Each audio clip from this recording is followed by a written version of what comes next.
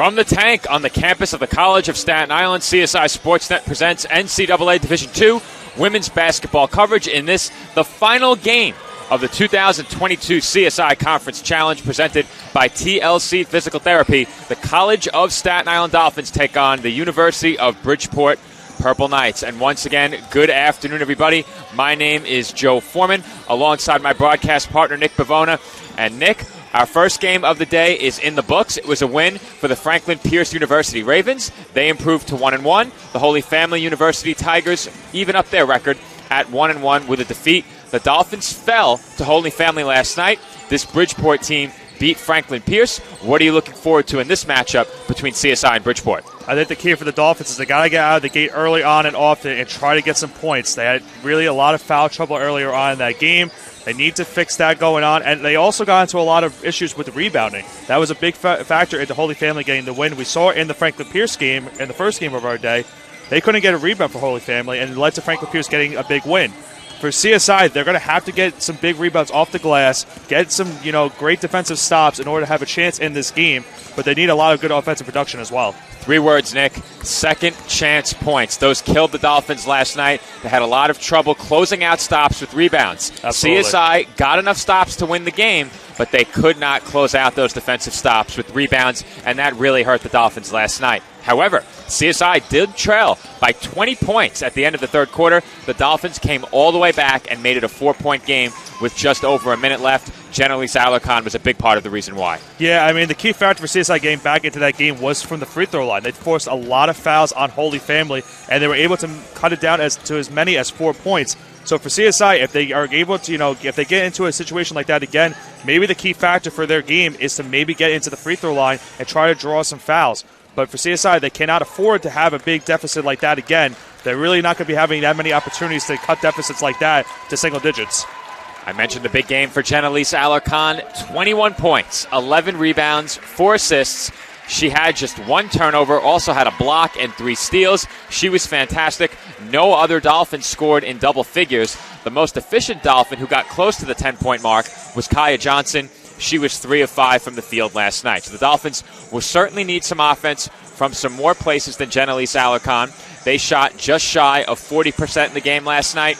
Also, their outside shooting needs to be better. They connected on just 2 of their 14 three-pointers. You're not going to win many basketball games, Joe, when you're shooting 2 of 14 from the three-point line. They got to improve that especially. But as we said, the Dolphins need a lot more scoring opportunities. As you said, just one scorer over 10 points. They need some more offensive production if they're going to have any chance that against a very good Bridgeport squad. And Bridgeport last night picked up a big win over the Franklin Pierce University Ravens. It was an 87-70 victory for the Purple Knights last night, and they were certainly impressive in their first outing of the 2022-2023 season. So Nick and I are going to step aside very quickly and take a break. When we come back, starting lineups and tip-off in this final matchup of the 2022 CSI Women's Basketball Conference Challenge. Dolphins and Purple Knights on the other side of this short break.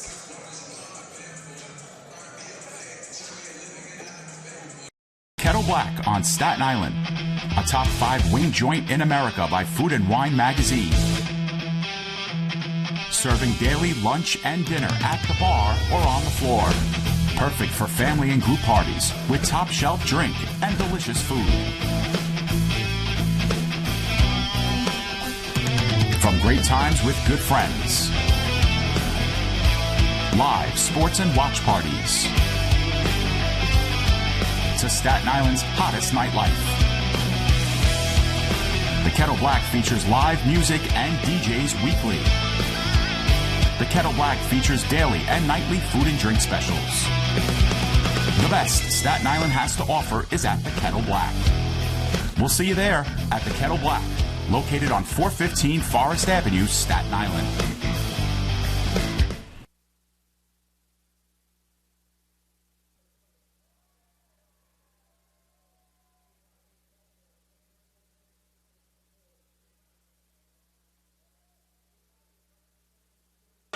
And we are back from the tank as the PA gets just a bit louder after I turn on our microphones.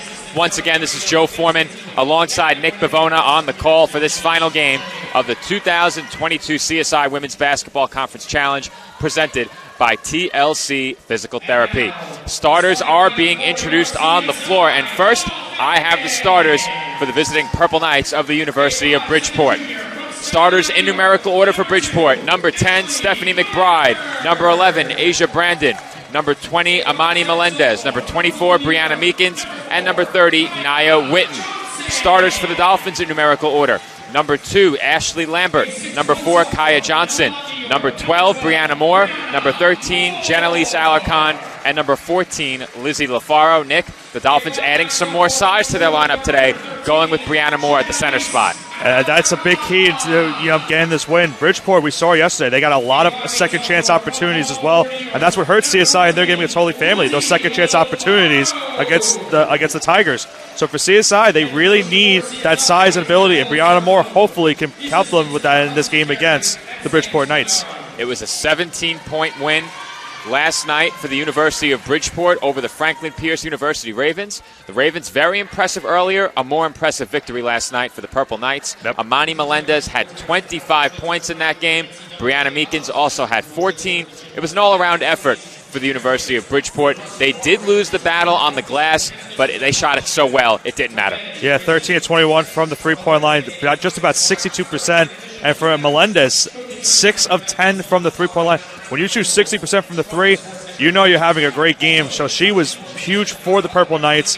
And then Meekins also did it well, 6 of 13 from the field, 14 points. Only 2 scores for the Purple Knights in double figures, but they had a great offensive contribution from everyone.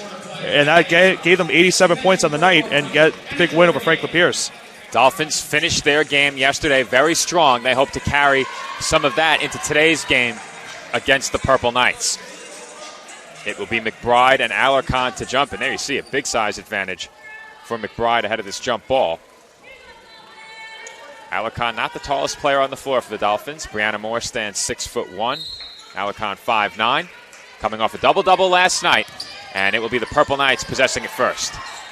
Well, let's see if CSI is able to avoid giving up those second chance opportunities that we saw against Holy Family. The Dolphins really could use some good stops. Meekins straight to the basket, and she can't finish. Big rebound by Brianna Moore. And Moore already making an impact so far. First rebound of the day goes to the Dolphins' way.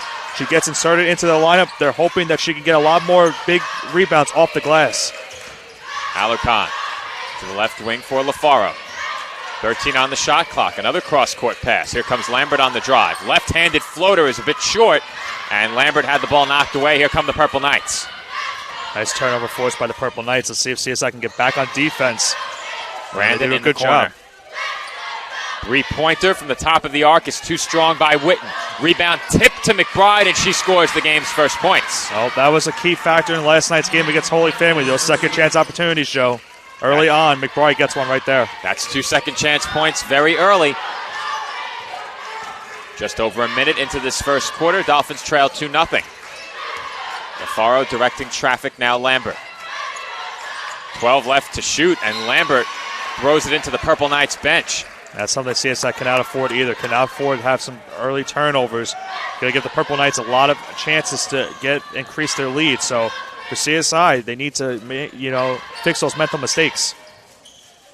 He goes inside for Witten. She has it on the baseline. Not going anywhere yet.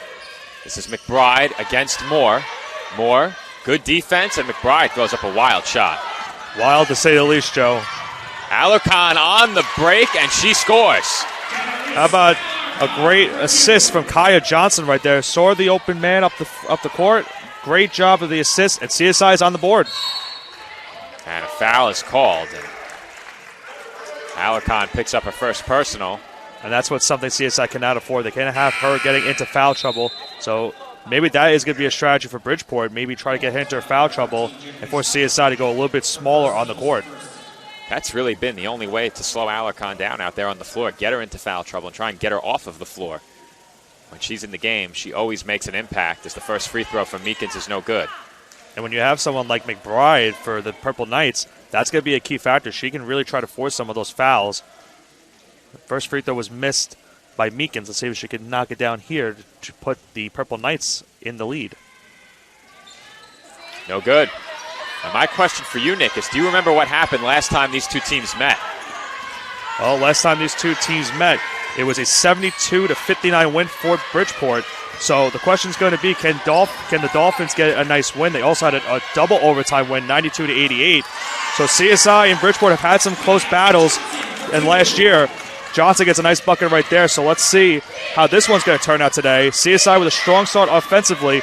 They need some good stops defense-wise for this Purple Knights team as they keep subbing in and out. We've seen a lot of that, Joe.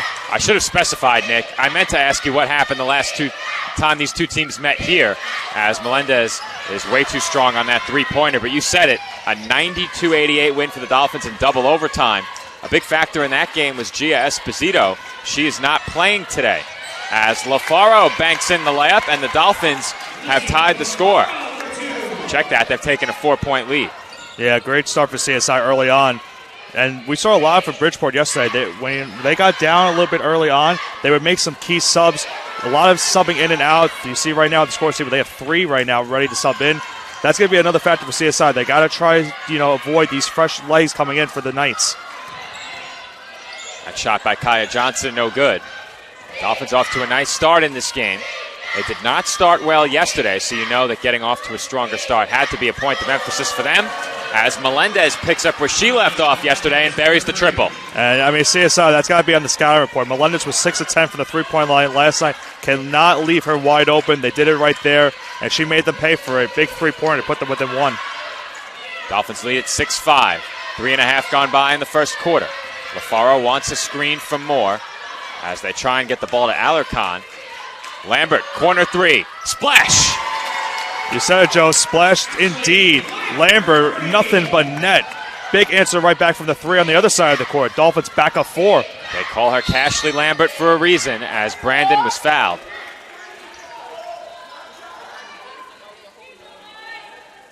Kaya Johnson picks up the personal, and Asia Brandon will head to the line for 2 shots. At least I thought so. Instead, Brandon will head to the bench. So they're saying no shot attempt there.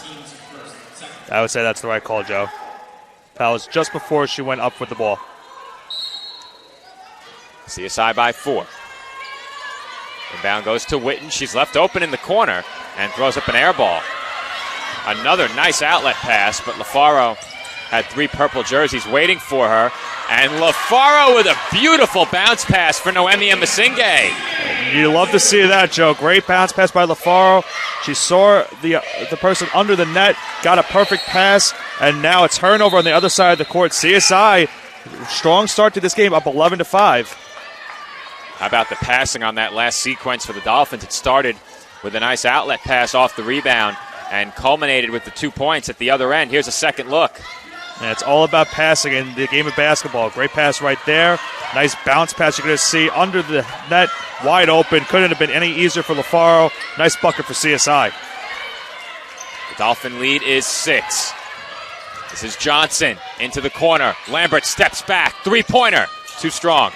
And it's rebounded by the Purple Knights. And what a bolt of energy that would have been for CSI if that was to go down. Witten tries again, and she's long on the 3. And a rough start for Bridgeport when it comes down to it. They have really not been able to get some shots down early on. As LaFaro for 3, just nothing but air on that one. It goes out of bounds. They will go to Bridgeport.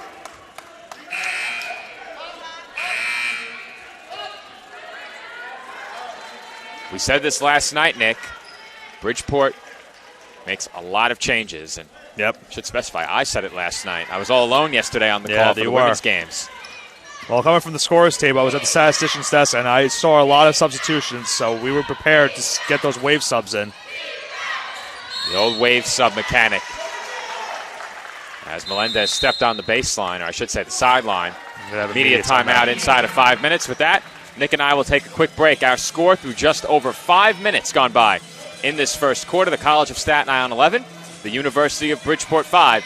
This is Day 2 coverage of the CSI Women's Basketball Conference Challenge, only on CSI Sportsnet.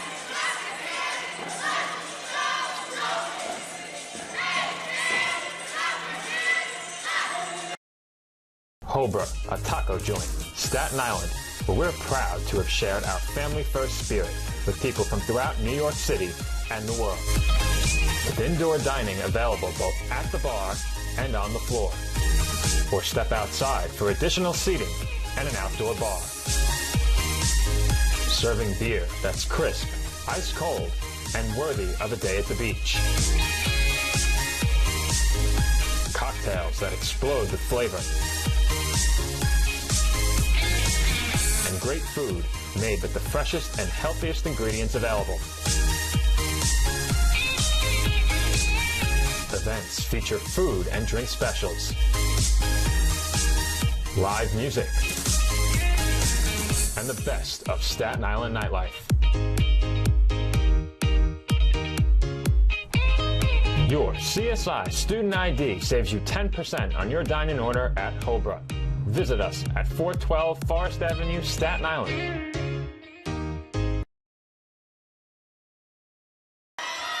And we are back from the tank. Joe Foreman rejoining you alongside Nick Bavona. Dolphins lead it by 6 at the midway point of the first quarter.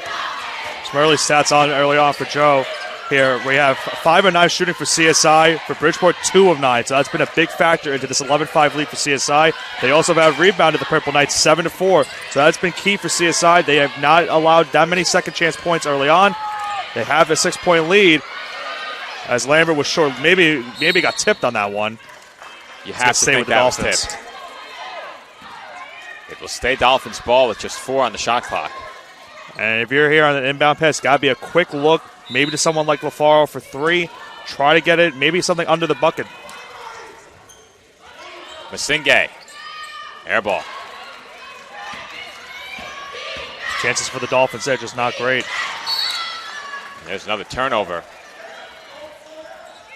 Looking for McBride on that play, just a little bit over her head. And that's a careless turnover CSI right there. Well, when I heard the ball hit the bleachers right next to me to my left, I was baffled. And then I looked at the official, and he pointed the other way. That is a turnover CSI cannot let it happen. You just got a nice turnover force, and then you let that happen, just give Purple Knights another opportunity. It's too bad I wasn't in the camera shot there. You would have seen my head turn with at least the backside of my head visible, and I can promise you there was a look of befuddlement on my face as the ball landed a few feet to my left. We have another foul underneath. That's the third Dolphins team foul, so. Very long horn. Wow. That's happened from time to time. Yep. Fingers being pointed. Not me. No.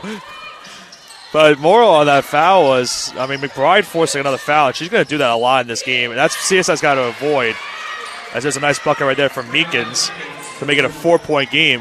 McBride early on has forced the CSI Dolphins into some foul trouble. Now 3 fouls in the first quarter, 2 away from being in the bonus.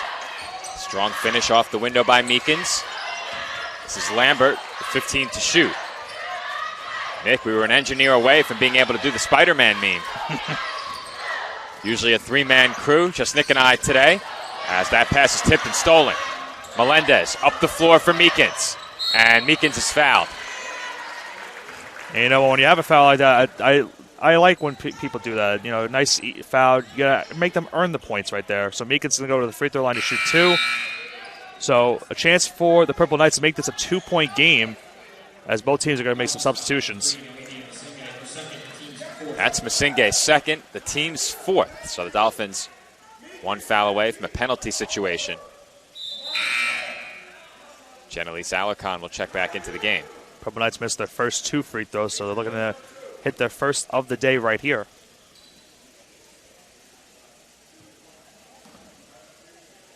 And it was Meekins who went to the line and missed those 2 free throws earlier. She's now 1 for 3. Nice friendly roll right there off the bounce.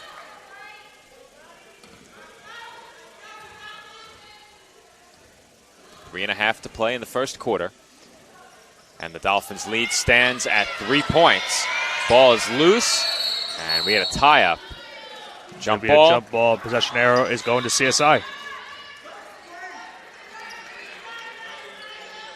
Dolphins will inbound. 3:26 to play in quarter number 1.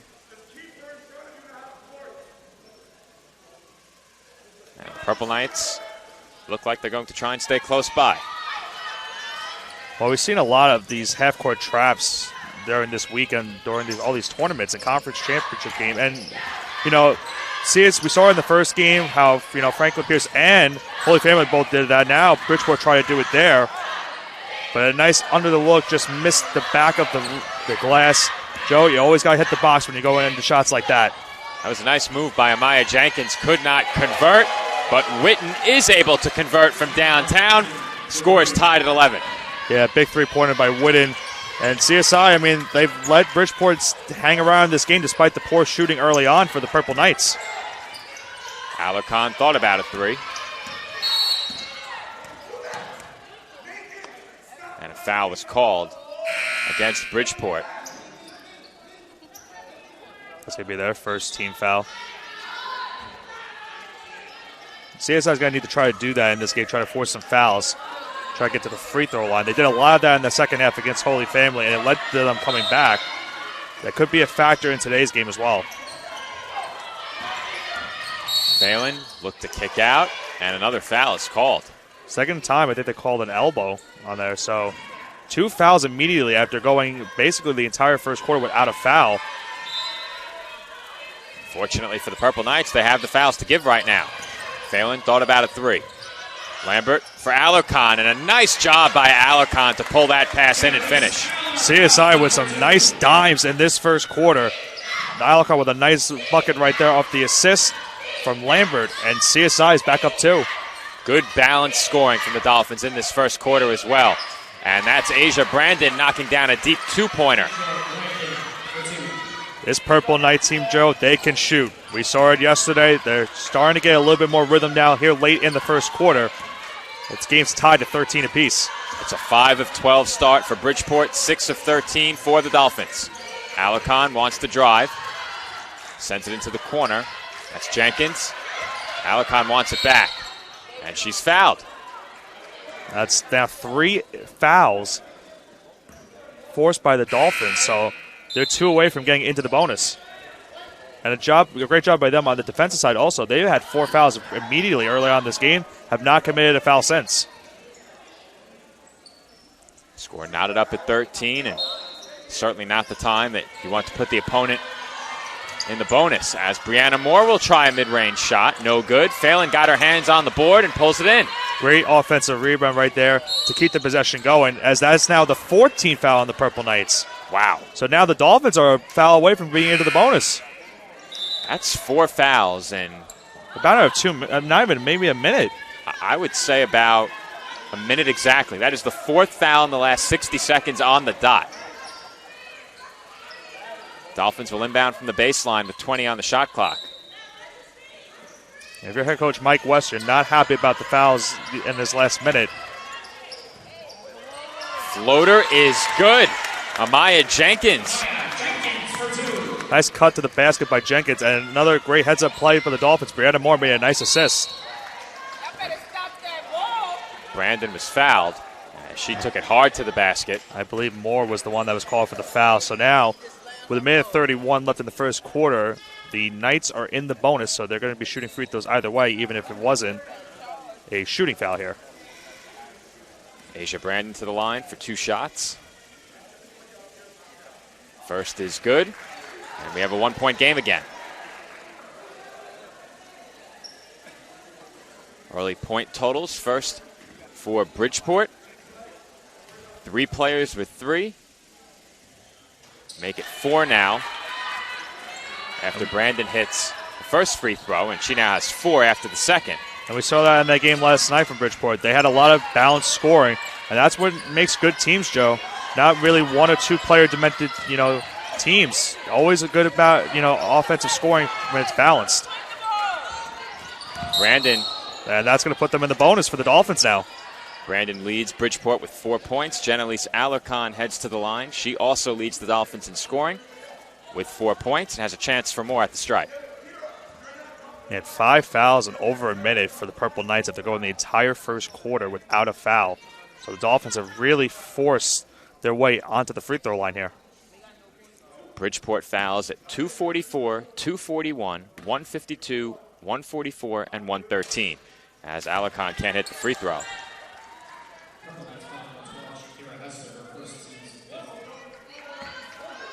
So now both teams into the bonus with the remaining 1:13 in the quarter. As Alarcon hits the second free throw to put the Dolphins back on top. 16-15, just over a minute to play in the first quarter. Melendez out to Brandon. Young wasn't expecting that ball to find its way over. 15 to shoot. McBride against Moore. Turnaround jumper. No good. Rebounded by Phelan. And you see why they put Brianna Moore in the lineup tonight, Joe.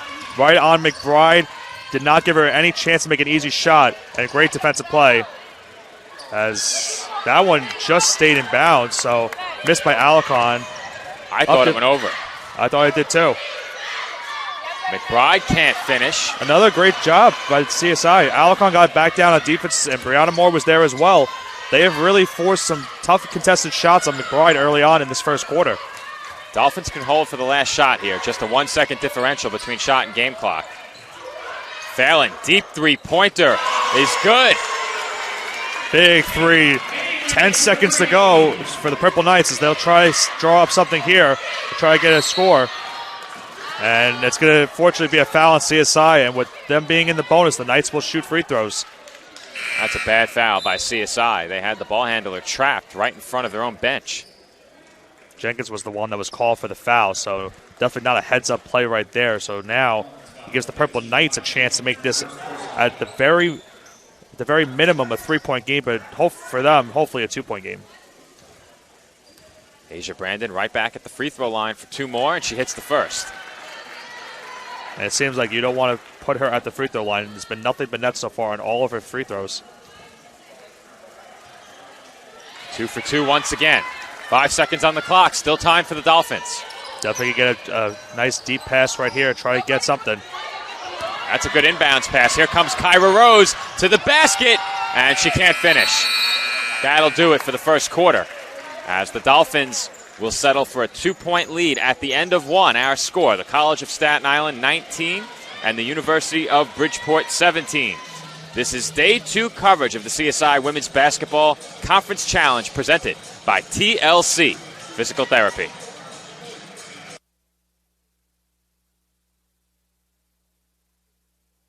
Kettle Black on Staten Island, a top 5 wing joint in America by Food and Wine magazine.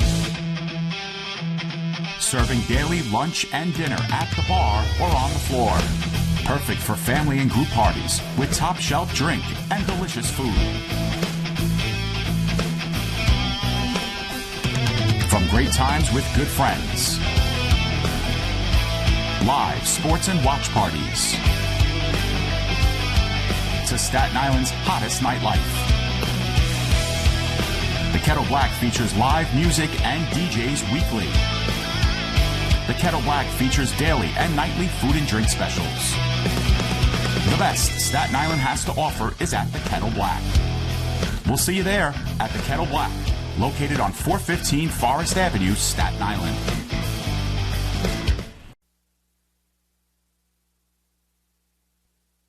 And we are back from the College of Staten Island. Dolphins lead is 2 points after one. And Nick, Dolphins get off to a good start. Perhaps could have led by a bit more, but they shot the ball very well in the first. Over 44% from the field, 2 of 5 from downtown.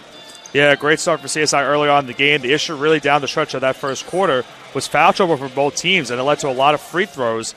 For the Purple Knights, they went 5 of 8 from that free throw line. That's really the reason why they're back into this game, only down 2 to start off the second quarter. And the Dolphins were able to avoid that penalty situation until the closing minute of that first quarter. And as you said, the Purple Knights took full advantage as the Dolphins commit another early foul. We'll have to take a look at some of the foul tallies for CSI right now. Masinge came in and quickly picked up 2. Jenkins has 1, Johnson has 1, Alarcon has 1, Moore has 1, and that's not counting the foul that was just called. So one of those players could have 2. I believe they called it Akaya Johnson. That's banked in by Sade Young, and the score is now tied at 19. And they did call it Akaya Johnson. That is now her second foul. All right, so Kaya Johnson now has 2. So some early foul trouble for the Dolphins. And Johnson goes down. and immediately grabs at her ankle. And you're hoping it's not a serious injury here. Thankfully, she's able to get up, Joe, and start to walk it off a little bit.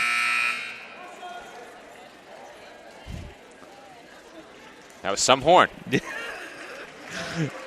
To say the least.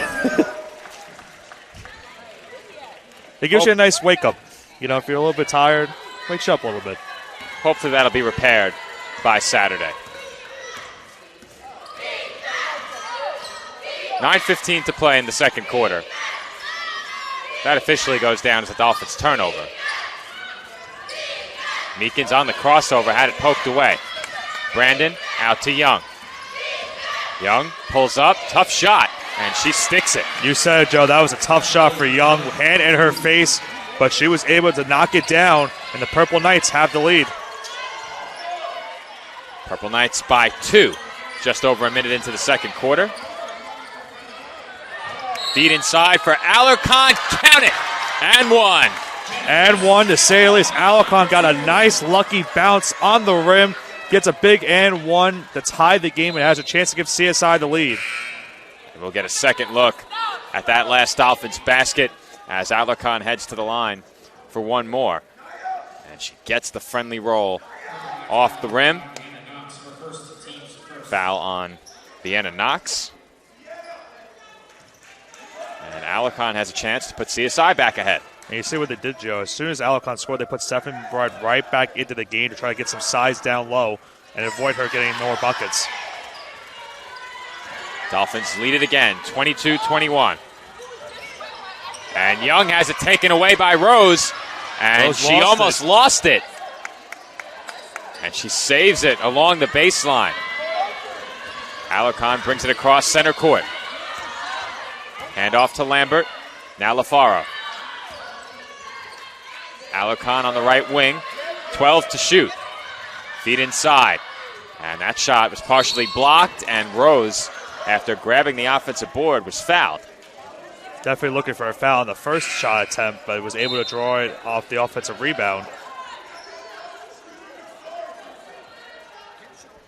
Lizzie LaFaro heads over to the CSI bench to have a word with head coach Nicole Sarcone.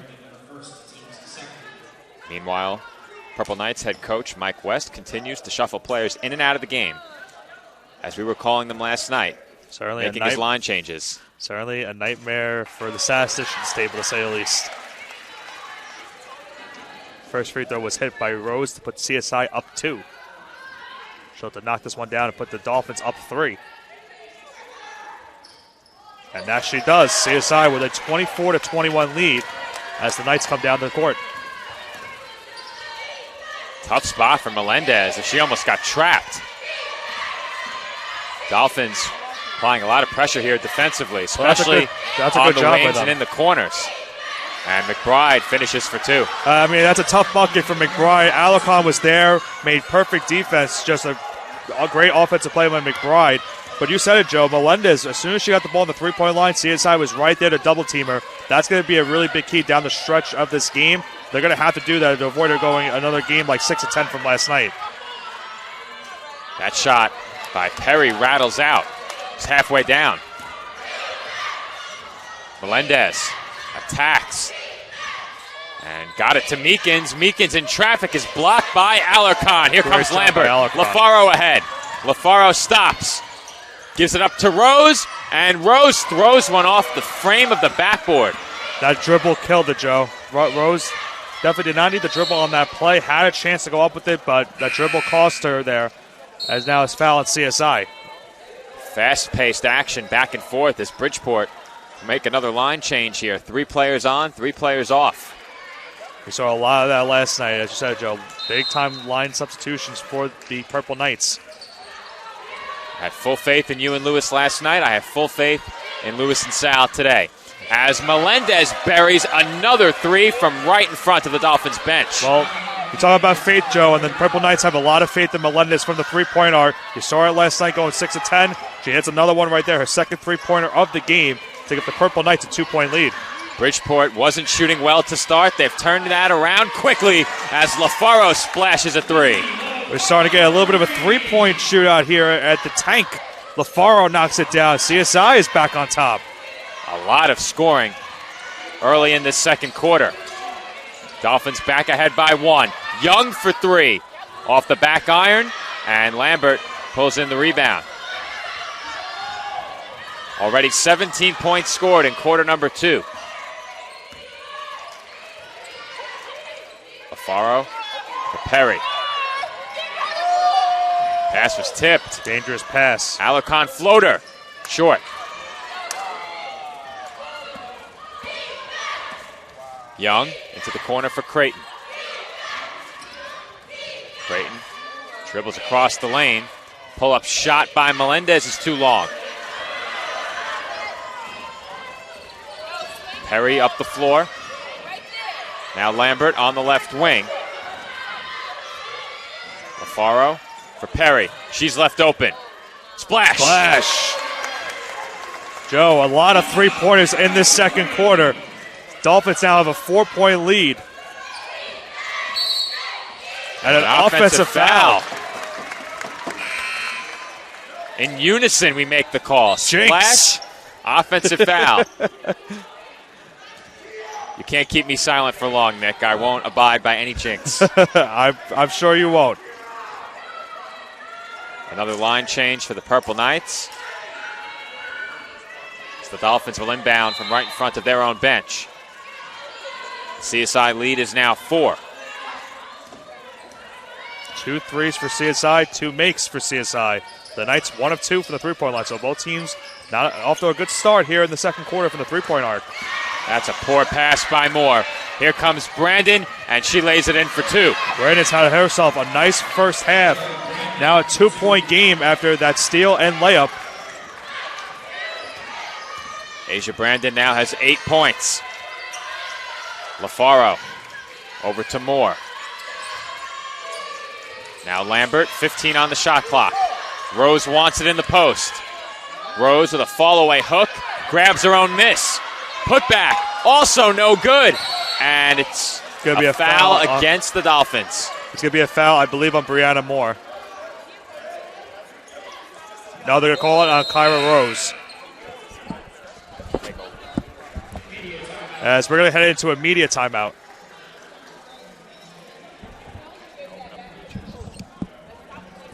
And with that media timeout, we will head to a quick break. Our score with just inside of 5 minutes to play in the second quarter, the College of Staten Island 30 and the University of Bridgeport 28.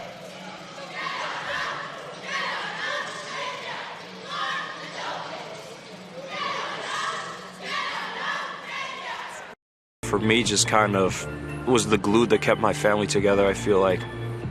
I don't know what it was that drew me in, but after I started playing for a while and started seeing some early success as a little kid, to see how much it meant to my parents to see me play the game and try to make a difference was really what fueled me to keep playing and stay competitive. Being a triple major is not necessarily easy, but at the same time it is what you make it. Being a tighter-knit university, I have a lot of classes with the same professors, so they know me pretty well. I think it's that personal relationship that really helped me to thrive as a student. I was able to come here and get my triple major, as well as play a super high level of baseball against some of the best players in the country. There's a lot of options here in Division II with a lot of great ball players and a lot of great people, and they make sure that they give you every opportunity to succeed on and off the field.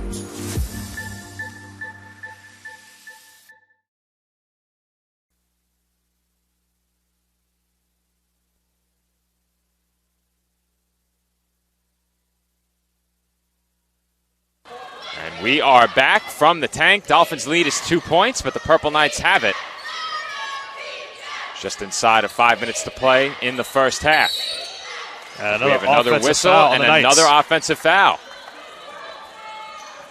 Knights cannot be affording these offensive fouls, trying to tie this game, potentially take the lead. So CSI now will try to take advantage and increase their lead. Purple Knights looking to trap here. LaFaro pulls it back out. 18 on the shot clock. Lambert. Step back, deep 2, and a foul is called. Great job by Lambert to try to force the foul there. She did. She now goes to the free throw line for 2. The Knights have now 5 fouls, Joe. So now They're in the bonus. So far in the game, we've seen 13 free throw attempts, 8 for Bridgeport, 5 for Staten Island, and Lambert hits the first. Both teams have done a good job at the free throw line so far. Lambert will try to knock down the second one to put the Dolphins up 4. And she does. As once again, Bridgeport will make a pair of changes.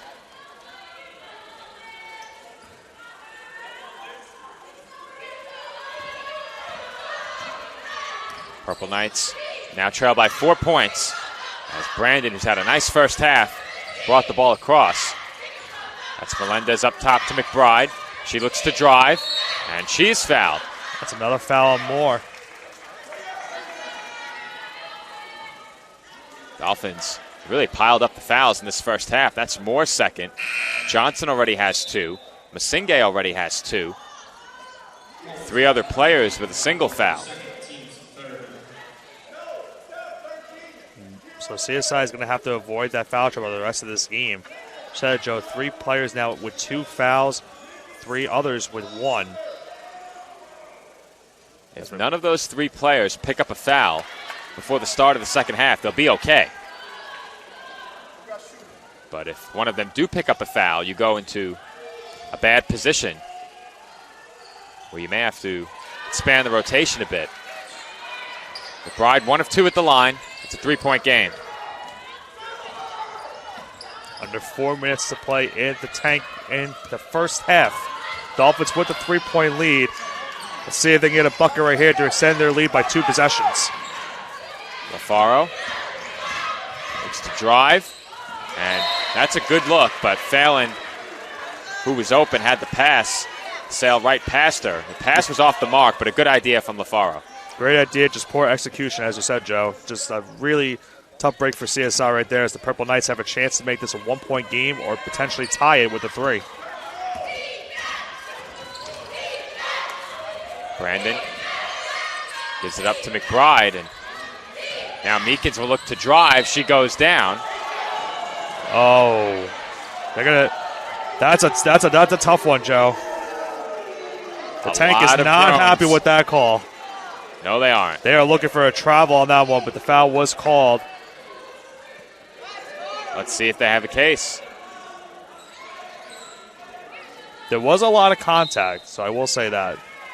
We'll take a look after the next stoppage. 15 to shoot. Meekins will drive again. Floater is good. And we have a 1-point game. Nice job by Meekins with the bucket right there. Rose had her hand in her face, but did not matter on that one. And now it's a 1-point game. That call becomes a little bit bigger after the Purple Knights take advantage and put 2 points up on the board. 3 minutes to play, second quarter. Dolphins lead by 1. Lambert, corner 3. Splash! Lambert with the nice 3 signal. She knew that went right in. Great shot by her. And another 3-pointer for the Dolphins here in the second quarter. There's one Dolphin you can't leave open for 3. It's Lambert. As we have another foul called. And while we have a stoppage, we'll take a look at that call from moments ago.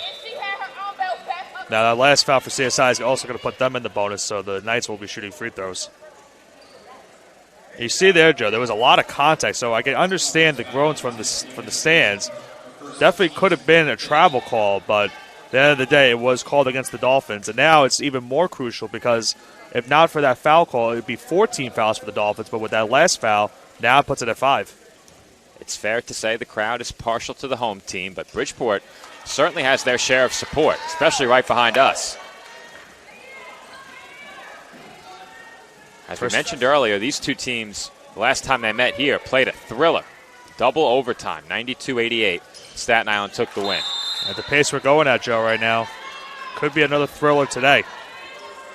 It's been a very entertaining first half so far, and we still have 2 minutes and 40 seconds left to play. Dolphins doing a good job against the press. Here comes LaFaro. Alarcon open in the corner, gives it up to Phelan. Splash! Man, CSI has come out of the second quarter with a lot of threes as we have an injury timeout on the court, Joe. But CSI shooting the ball really, really well right now from the three-point line. And it looks like we may have another ankle injury. So with that, we're going to head to a quick commercial break. Our score, the College of Staten Island 38 and the University of Bridgeport 32.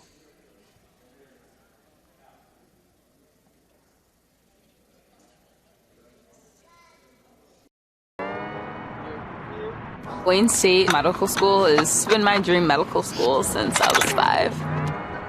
Athletics are important, but so is service, so is research, so is becoming a better person. And we expect you to do well athletically, but don't forget the reason you're here, which is to give back to your community and to get good grades. It was my sophomore indoor season. It was the first year with our... And we are back from the tank as they help the injured player, Deanna Knox, off the court quickly. Good sign to see for the Purple Knights for her to get up quickly. So we'll have to see if she re-enters the game. But McBride misses the first shot, gets her offensive rebound, is able to put it back in. So CSI gives them another second chance bucket right there, Joe. It's now a 4-point game. And these are a big 2 minutes for both teams. The Dolphins have led for most of this first half, and you know that they want to head into the locker room with the lead. The Purple Knights, with just a couple of baskets, can take the lead themselves. They look to run here, but the Dolphins do a good job to get back defensively. Feed inside for Hester. Turnaround jumper is good. Another friendly bounce for the Purple Knights. And now it's a 2-point game. 38-36. 1:18 to play in the first half. Phelan uses the Alarcon screen. Goes back the other way. 12 on the shot clock. Kyra Rose crosses over and drives baseline. Kick out. LaFaro. Phelan. Three-pointer. Splash! You know what the good thing about their three-point shooting, Joe, is? Their passing from CSI has been absolutely unbelievable in this first half. LaFaro could have taken the three, instead decided to make the extra pass, and the CSI Dolphins get the three-pointer. But a nice answer back from the Purple Knights on the other side as McBride gets another two. McBride has stepped up her game these last few minutes.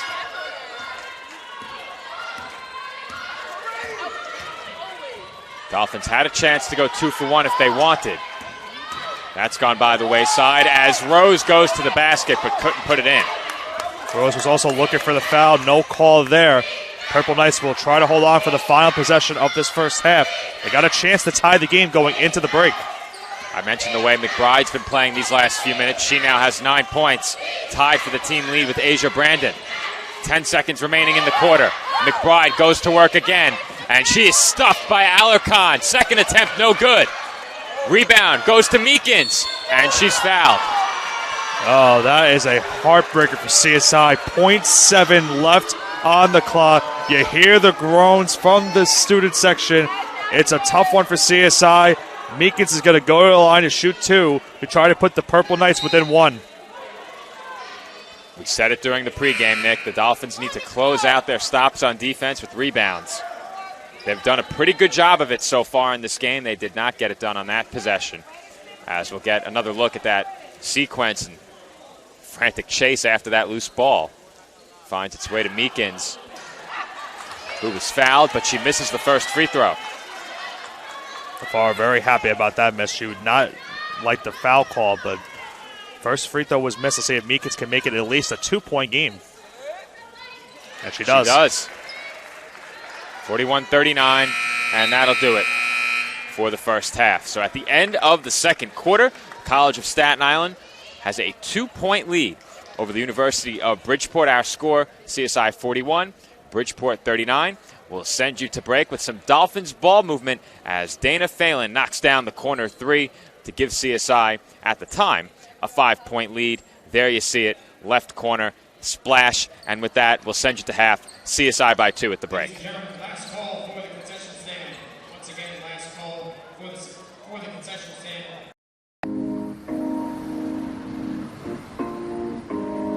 My dad was a soccer coach and bought this little book bag. I could sit in the book bag, like facing backwards and with like my legs out. So I'd be in his book bag when my dad coaches and the ball's going around. I'm like kicking at the ball in the back. And my dad was like, we have a prodigy. So he put me into soccer and it just progressed from there. The catalyst was the opportunity to play soccer at a Division II school. On my team, I thrive to work as hard as I can. I mean, whatever you do on the field, there's a positive correlation to whatever else you do. Be it personal relationships, homework, the way you carry yourself. I've changed since I got to King University. It's really helped me to develop as a leader. I think it's honestly the best thing that's ever happened.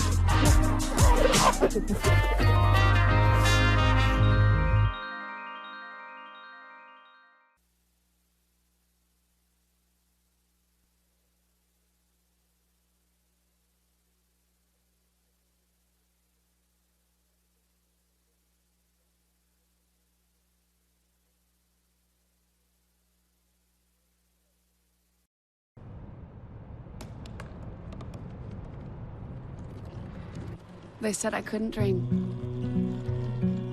Called me a piece of trash and swore that's all I'd ever be.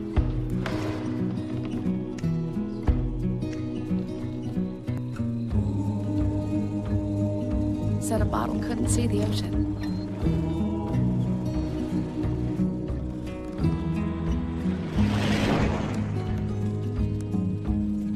Give up.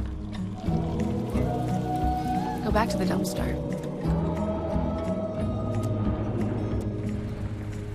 But I didn't listen. I made my way.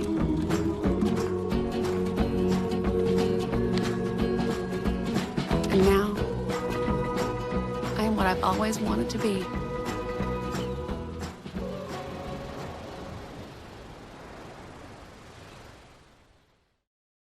When your car is damaged, where you take it is your decision. But insurance companies would like you to think otherwise. While they may have a lot of pull, it may not always be in the best interest of your car. Your car will be fixed right and on time. What insurance company can argue with that? Call Dependable Auto Body at 718-447-4898. Hi, Meals on Wheels. I'm Marco. I'm a college student, and I volunteer as a driver for Meals on Wheels.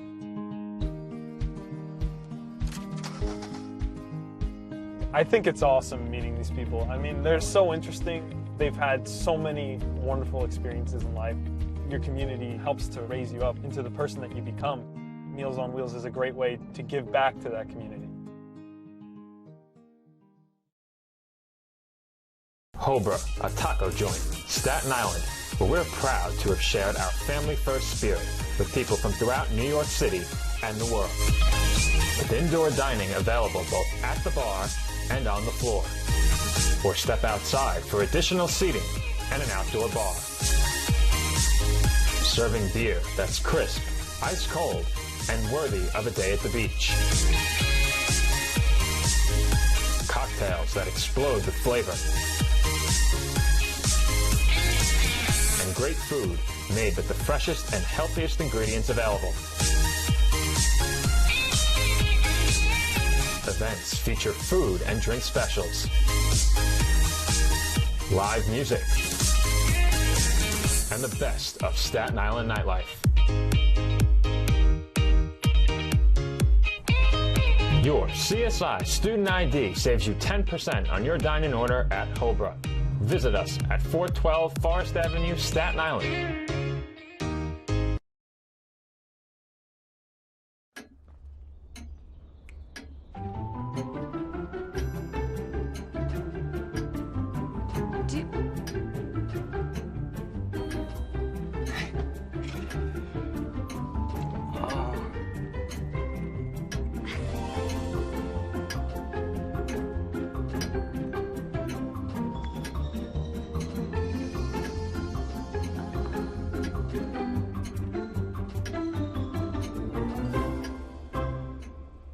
Listen, you're my friend. I noticed you haven't really been yourself recently. Yeah, I feel like something's up. How are you? Are you okay? Is there anything you want to talk about? I just want to know how you're feeling. And listen, even if you don't know what to say, I'm here to talk. No matter what you're going through, I just want you to know I'm here. I've got your back. When you want to talk, I'm here.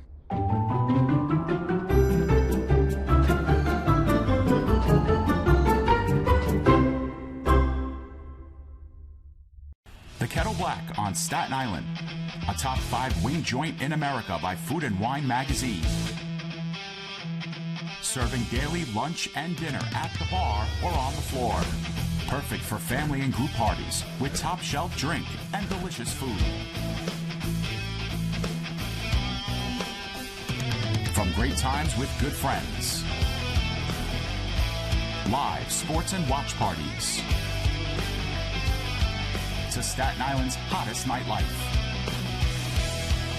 The Kettle Black features live music and DJs weekly. The Kettle Black features daily and nightly food and drink specials. The best Staten Island has to offer is at the Kettle Black. We'll see you there at the Kettle Black, located on 415 Forest Avenue, Staten Island. And we are back from the College of Staten Island. Joe Foreman rejoining you alongside Nick Bavona as the Dolphins lead it at the halftime break, 41-39. And Nick, it was a back-and-forth first half. The Purple Knights got off to a poor start shooting, only 36% in the first quarter. In the second quarter, they bumped that up to 60%. However, the story of that second quarter was the Dolphins 5 of 5 from beyond the arc. Absolutely, Joe. And we saw a lot of good passing from the Dolphins on those three-pointers. We saw it right before we went to the break. We're going to show it again here. LaFaro made that extra pass to get that wide-open three. And as you said, it was a splash to give the Dolphins, at that point, a 5-point lead. We have a 2-point lead now going into the second half. CSI, has had their chance to keep the Purple Knights, at bay and not give them any chance to come back in this game. Unfortunately, due to people like Stephanie McBride, the Purple Knights have had a chance. Taking a look at some point totals, Janelise Alarcon has 8 points in the game, just 1 rebound so far. Ashley Lambert also has 8.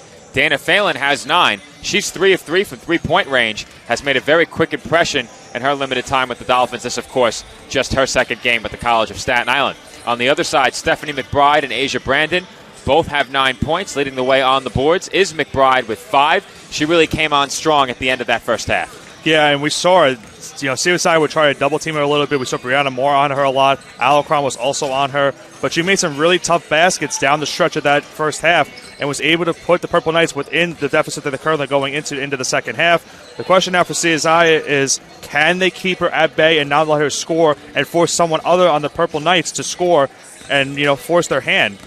And I'm not one who subscribes too much to plus-minus, but we have a lot of advanced stats here on these new printouts, courtesy of NCAA Live Stats powered by Genius. And plus-minus is listed here. Leading the way in that department for the Purple Knights, Brianna Meekin, she was a +8. No one else any higher than a +5 on the Bridgeport side of things. For the College of Staten Island, Lizzie LaFaro, unsurprisingly, a +6 to lead the Dolphins. And she was really the facilitator of that CSI ball movement, a playmaker for this Dolphins team. We saw that last season. She has 5 assists in the game to go along with 5 points. Yeah, and like we said, we showed it on that replay. She's been making really good looks. Had a nice bounce pass earlier in the game as well. LaFaro has been really involved in this first half. The question is, can she keep it going in the second half and get the Dolphins to a big key win to get their first win of the season? We have a full second half to go.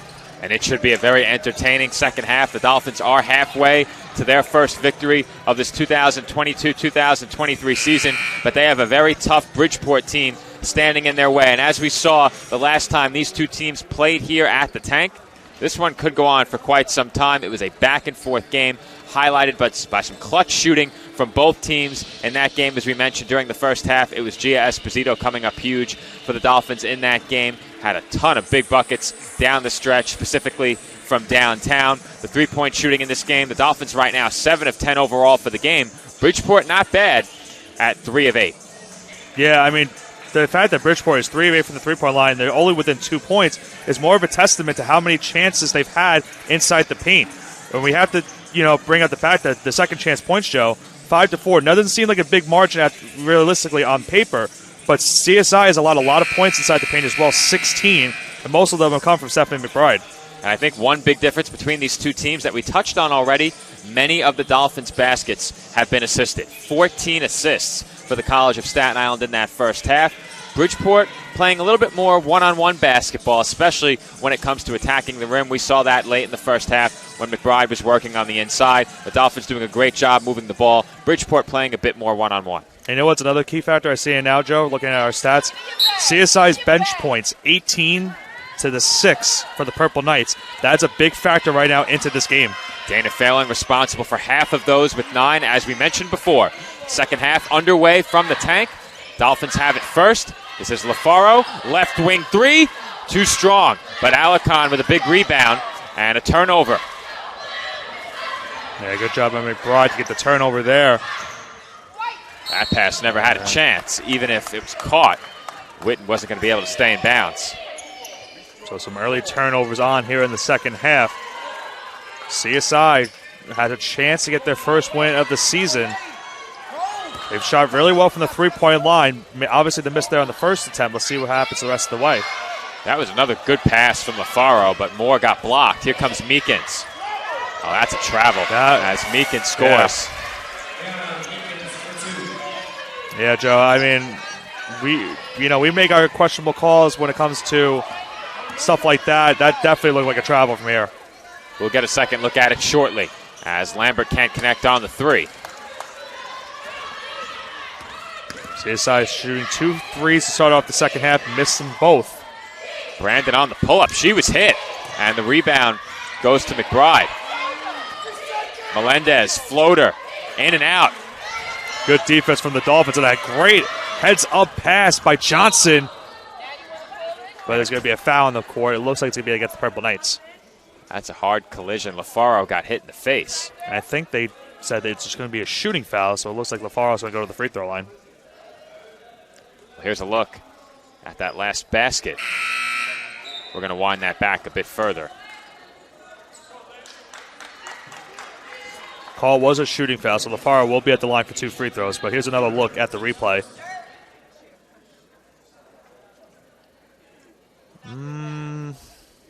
Maybe not. You know, when it's a fast-paced action, it looks like a travel, but when you're slowing it up a little bit, now it makes sense. LaFaro makes the first one to put the Dolphins back on top. One more look for our viewers at home. Admittedly for myself as well. So she plants herself and then makes the move after. That's where I thought it was why it was a travel. Well, you're allowed one pivot foot, but that was more than one. You be the judge at home as Creighton can't finish the layup. Jump ball is the call. Always find a way to have an interesting call in a game when we're on the air. I think it's you, Nick. Might be me. Might be. Certainly no infield fly roll, at least today. No infield flies to worry about indoors here at basketball. Not sure they could play any softball today if they wanted to. No. The officials are discussing something.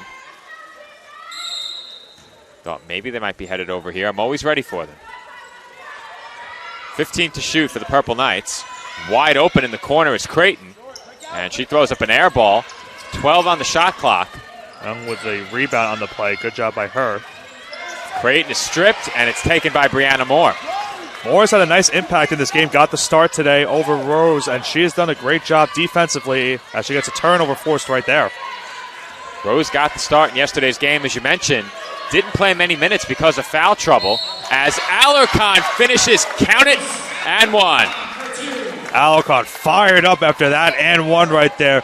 Big bucket for the CSI Dolphins as they now go up by 3 with a chance to go up 4 with the free throw. Here's a second look at that finish by Jenelise Alarcon, who continues to impress the offensive end of the floor. She's had a lot of help in this game as well. And so quickly, after making that catch in the post, she gets right to work, makes the move, doesn't give the Purple Knights a chance to double team, and that's big.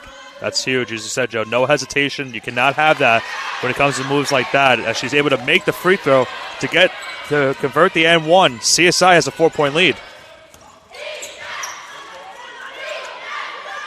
20 on the shot clock for the Purple Knights. This is Hester. Up top to Young. They work it inside. Knox. And that's a 3-second call. Nice job by CSI to force that violation right there. So another mistake right there for the Purple Knights. CSI will try to take advantage. Good to see Knox back in the game. She left with an injury earlier.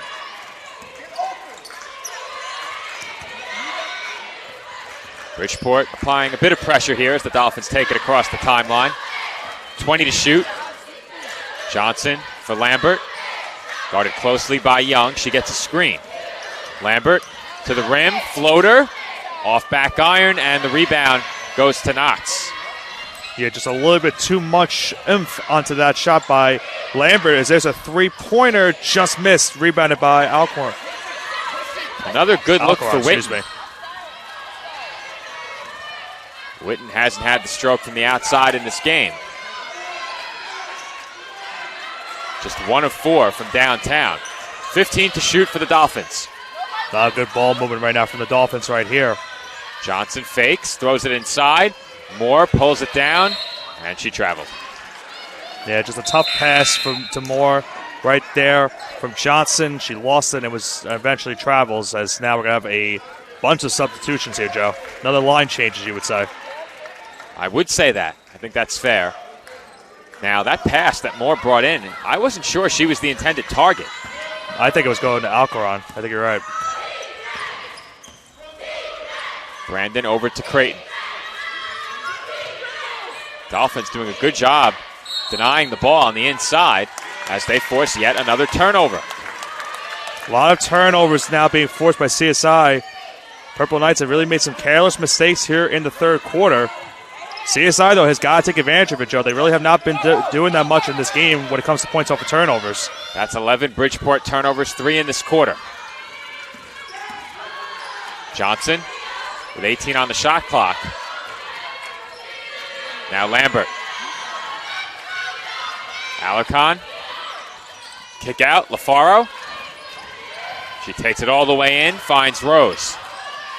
4 on the shot clock. Alarcon. Open 3. Air ball. Yeah, nothing she could do right there. Had to put up a shot with 2 seconds to go on the shot clock. And it's going to be a shot clock violation going back to the Purple Knights. And if Genelise develops consistency on that shot, watch out, because I'm not sure how the defenses will be able to stop her at that point. Yeah. As Purple Knights cough it up again. That's a bad unforced error right there. And we've seen a lot of those unforced errors here in this third quarter so far. A lot of points in the second. Not so much here in the third. That's now their 4th turnover of this third quarter. 2 teams combined for 44 points in the second. We're over 4 minutes into the third, and the Dolphins have a 4-2 advantage in this quarter. Both teams have shot 1 for 6 from the field so far. Phelan thought about that 3. 10 to shoot. Now Lambert. Kick out. Alarcon's open. Passes up the 3. Phelan left open. Short. And Rose got a hand on it and then commits the foul. I mean, you got to give a heads up to the Purple Knights defense. They are forcing a lot of passes now more than ever for CSI. Phelan got a great look, but just was a little bit short on that 3-point attempt. That was a good possession from the Dolphins. More good ball movement. Alarcon was left open, but her penetration into the paint opened up Phelan on the wing for 3. And she's been money from there in this game. As they change the possession error at the scorer's table. Hopefully the stats desk followed suit. Chance of defense from CSI Cheer. As that shot is short by Melendez. Now Creighton. 15 on the shot clock, and Meekins is fouled. Count it, and 1. That's a big call right there. Meekins was in motion. The question is, was it a shot attempt before she went up? I didn't think they were going to give it to her, Nick. I didn't think they were either. Let's see. Hard to see when the whistle was blown, just looking at a video replay, but nonetheless, Meekins goes to the free throw line, makes it, and it's now a 1-point game, Joe. Both teams starved for offense so far in this third quarter. The Purple Knights now with a 5-4 advantage in quarter number 3, and a quick way to help your opponent get some extra points is to put them on the free throw line. That's just the second team foul, but something to keep in mind. Yep, 3 fouls away now for each team for being into the bonus. As McBride steps out for the Purple Knights, so maybe a chance for CSI to get some points inside the paint. Lambert inbounds for Johnson.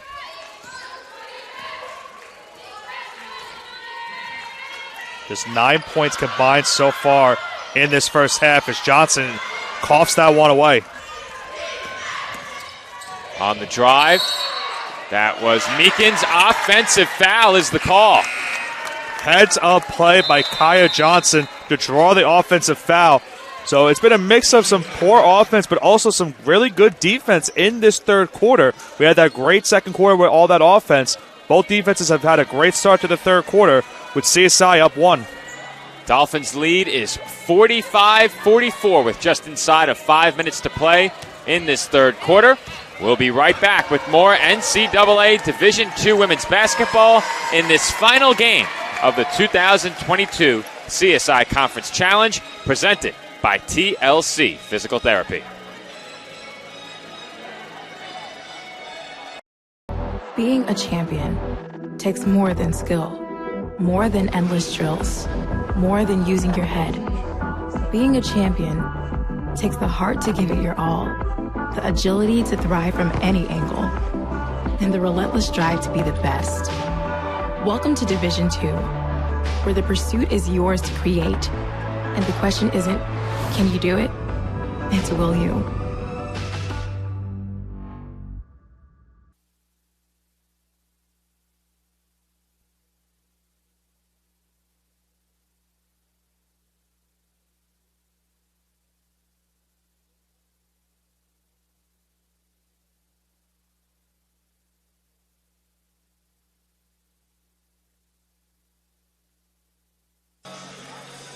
And we are back from the tank where the Dolphins' lead is just a single point.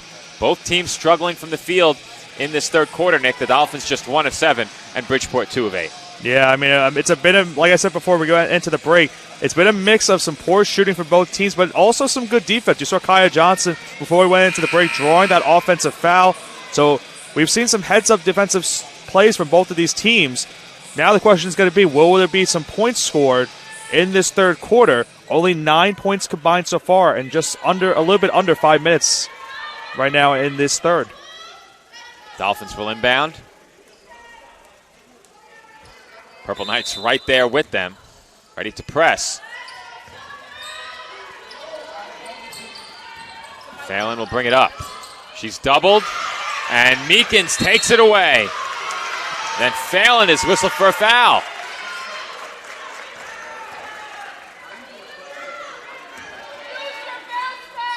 That's 3 team fouls on both sides now. And I believe that's going to be Phelan's second. So another CSI Dolphin with 2 fouls today, Joe. Like I said before now, not a problem until you hit that 3 foul mark as Meekins can't finish. Johnson's been very good defensively here in this third quarter so far. Nice job not to commit the foul in that play as well. 17 to shoot. This is Rose. Now Lambert. Over to Phelan. Phelan out to Lambert. 3-pointer. Splash! There's the big bucket that CSI needed, and Lambert with another 3-pointer today. A 4-point lead for the Dolphins. CSI 48, Bridgeport 44. Knox back to the basket. She's triple teamed and lost it, but a foul is called. Lambert with that now, last 3 now, 3 of 6 from the 3-point arc, Joe. 50% shooting. So very good numbers for her on the day. Another important question, who picked up that foul for the Dolphins? That is right, that's going to be crucial.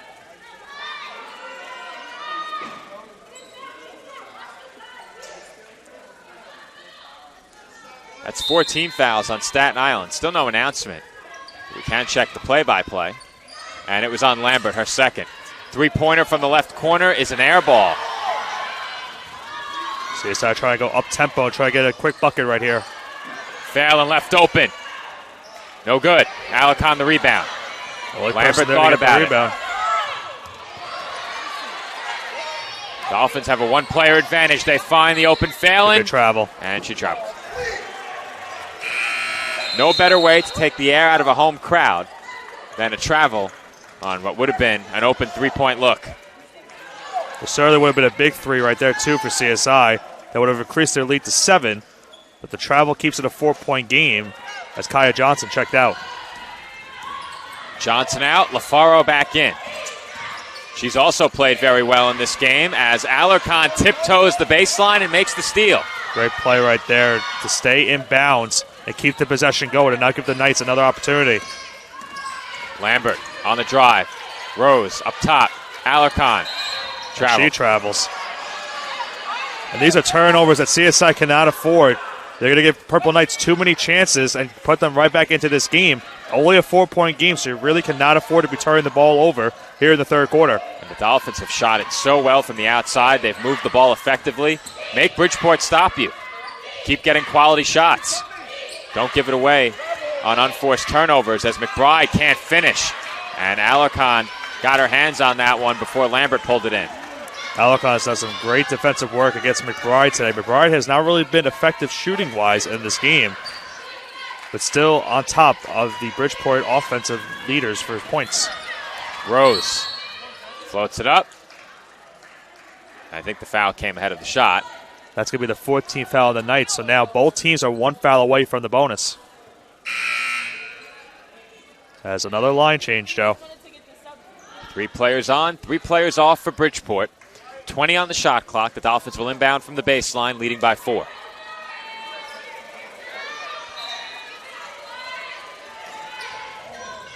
Alarcon over to LaFaro. LaFaro for Rose. Dolphins having a hard time getting it inside. They find Alarcon here. And a nice give and go. We saw that play yesterday. Dana Phelan for 2. She heads to the line for 1 more. Count the basket and the foul. CSI's ball movement has been effective today, Joe. To say the least, you saw it right there. And now a chance for an and 1 right here. They ran this play yesterday. Phelan to Alarcon and back to Phelan. And she can't connect on the free throw. Rebound. And she stole it, Joe. I was about to say it went to the Purple Knights. I had to stop myself. Dolphins basketball. Great heads-up play by Phelan to keep the possession for CSI. She's played some great minutes in this game. They got to hurry up, though. 5 on the shot clock. Alarcon to the basket, and she finishes. Well, with McBride out of the game, this gives CSI a chance to go inside the paint and get some big buckets. You saw Alarcon right there, took advantage with the mismatch. It's an 8-point lead for CSI.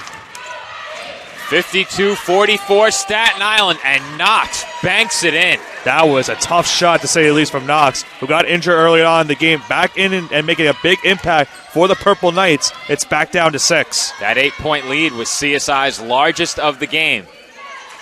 18 on the shot clock. This is Rose. Bounce pass inside is stolen. Oh. And Phelan forces the turnover. Phelan with back-to-back strong defensive plays for CSI. She forces a travel right there. It's going back to the Dolphins. How about this effort from Phelan late in this third quarter? And as you said, just her second game with the Dolphins. She's making a huge impact already for CSI. Lambert will inbound from right next to her team's bench. Chance for CSI to make it an 8 or 9 point game. 9 would be their largest lead. Strong screen from Alarcon. She rolls. Phelan, corner three-pointer, splash! Phelan has been on the money, Joe. And how about Alarcon with the assist? She saw the open corner 3, and they got it. CSI has their largest lead of the day. Alarcon and Phelan with great chemistry out on the court, and it's showing right now as Phelan was left open in the corner. I said it earlier, one Dolphin you can't leave open is Lambert. Phelan's another.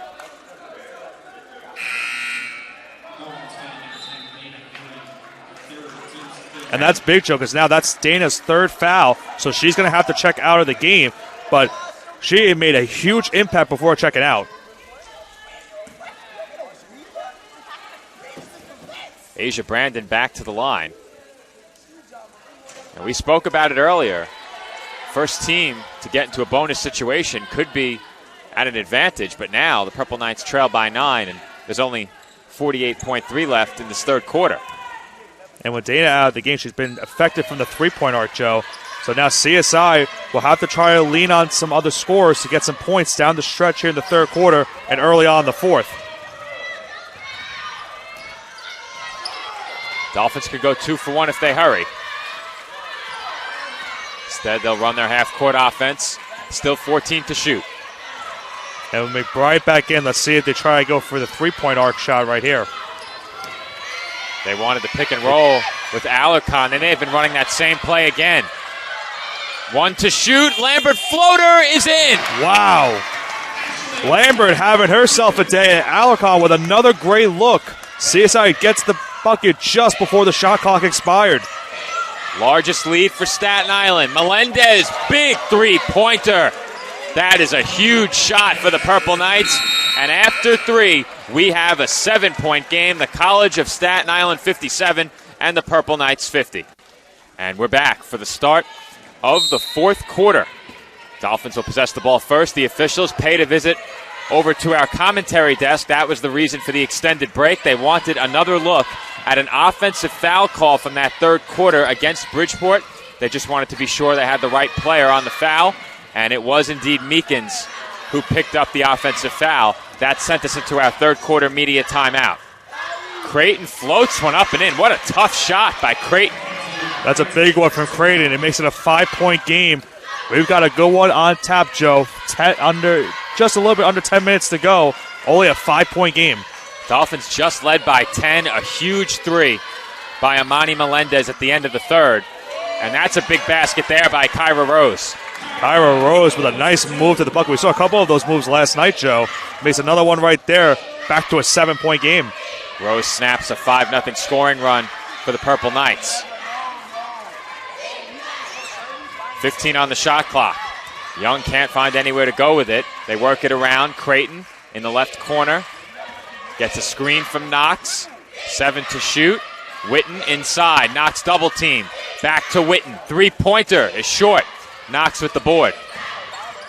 That was a tight window on that pass. Young on the drive, and she finishes over Alarcon. Melendez wanted the ball. She was open at the three-point line, but great job by Young to get to the hoop. Makes it a 5-point game once again. That's a tough shot. Couple of tough shots to open this quarter for the Purple Knights, but those players won't be on the floor long. 4 Bridgeport players waiting to check in. And there's a strip and steal by Young. Young takes it to the rim right at LaFaro. That's not a good shot. Good defensive stop by LaFaro. Was not fooled by the hesitation from Young. LaFaro on the drive. Floater is good. LaFaro with some nice plays on both sides of the court. Puts the Dolphins up 7. She's had herself a game, Joe. LaFaro has played very well in this game. Knox spins and scores. Heard a couple of travel calls from the CSI section. No call there. Nice move by Knox. Back to 5. Purple Knights have hit some tough shots to open up this quarter. That's Johnson to the basket. She can't get it to go. Already 10 points scored in this quarter. And Creighton makes it 12. 3-point game. And now you got to wonder for CSI, do you call a timeout to try to stop this momentum? As here comes the Purple Knights. It's a 3-point game. Nicole Sarcone has gotten up out of her seat on the Dolphins bench, but she will not be calling timeout here. Alarcon. CSI could really use a bucket right here to try to stop this Purple Knight offense. And that will not help. Traveled. Johnson was wide open as well, and I think Nicole Sarcone just called timeout. And she did. So we'll stay right here for now as the Dolphins take a timeout.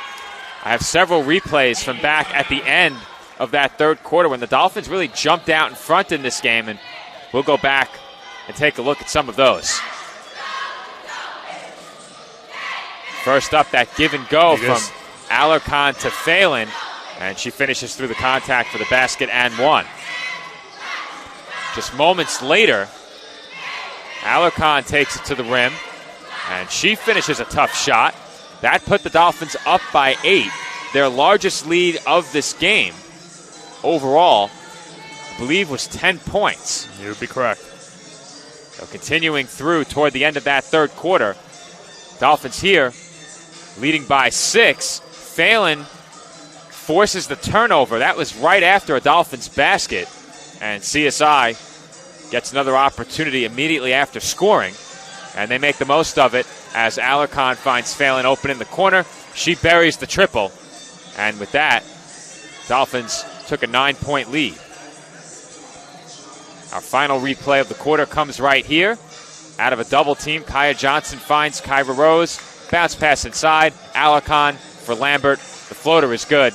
And that's just another example of the great CSI ball movement that we've seen all game. Yeah, I mean, it's always about that extra pass. When you're seeing it a lot on these last couple of possessions for CSI, it's getting them some wide open buckets, and that's led to them having this lead.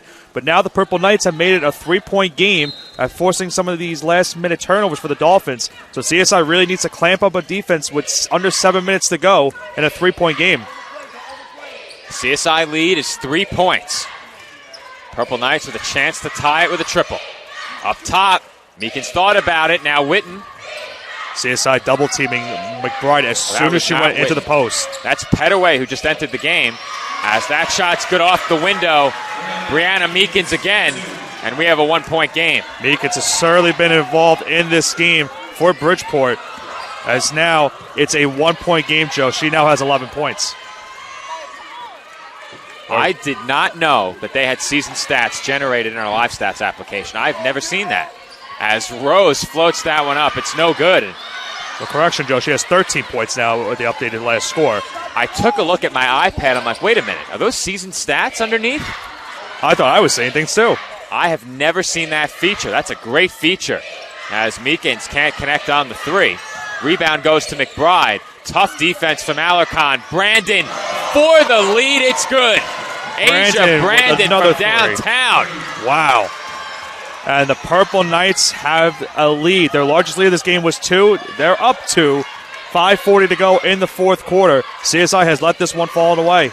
LaFaro and Phelan immediately up off of the Dolphins bench, and that is an offensive foul against Ashley Lambert. And that's a key one, Joe. That's her 3rd foul. Shouldn't be too big of a problem yet. 5:34 remaining in this fourth quarter, but the momentum rests with Bridgeport after they trailed for almost this entire game. Yeah, and now the biggest part is Lambert comes off the court with those 3 fouls. So now Bridgeport has a chance to increase their lead, what would be their largest lead of the game. Melendez, short. They got a big break there, Joe. Melendez, you cannot leave wide open at the 3-point arc. They sure did catch a break. That's Phelan, too strong. And she nearly rebounded her own miss. Here comes Melendez, pull up. That's good, and the Purple Knights lead it by 4. Their largest lead of the game, Joe. Melendez with a nice stop and pop right there. And a careless turnover by Phelan, stolen away by Melendez, and she puts the Purple Knights up 6. And another turnover, Joe. This game is spiraling out of control quickly for the Dolphins. They trail by just 6. But this building has gotten very loud with the Bridgeport comeback bid here, and they've done more than come back, Nick. They now lead it by a game-high 6 points. Yeah, the Dolphins have certainly let this game fall away through their fingers. Some careless turnovers, some bad shots, and they really have not been able to get some rebounds when they really needed it. And now we go into this immediate timeout, Joe. CSI needs to make some adjustments right now in this game. 4:50 left. Can they make those adjustments to get their first win of the season? We will see how they come out of this media timeout. A quick break for us and for Nicole Sarcone and her team to talk it over when we come back. Bridgeport leads Staten Island 67-61, 4:50 to play in the fourth quarter.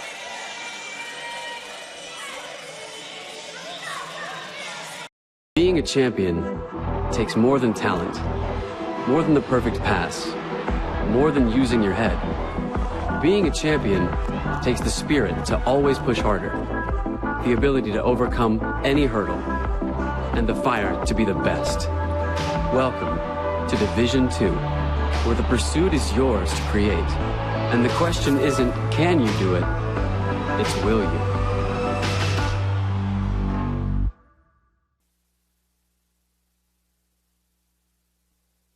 Car is damaged, where you take it is your decision. But insurance companies would like you to think otherwise. While they may have a lot of pull, it may not always be in the best interest of your car. Your car will be fixed right and on time. What insurance company can argue with that? Call Dependable Auto Body at 718-447-4890. And we are back from the tank. Purple Knights basketball. Open three off the inbound is no good. And Alarcon has the rebound. The Dolphins catch another huge break. Man, Melendez was wide open. She is a big reason why the Purple Knights now have a 6-point lead. Failing for three, no good. Just missed it off the glass. And LaFaro almost came away with the turnover there. That media timeout looks like it gave the Purple Knights a chance to draw something up off the bench as the Dolphins commit a foul. 5 on the floor for CSI. Phelan, LaFaro, Masinge, Alarcon, and Rose. I think Masinge was the one that was called for the foul.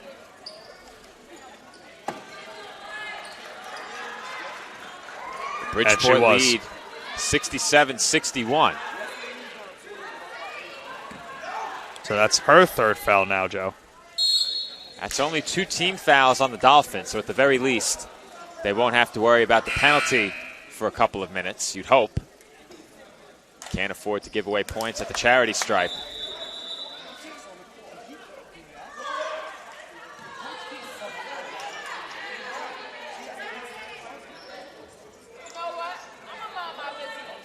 The officials directing traffic.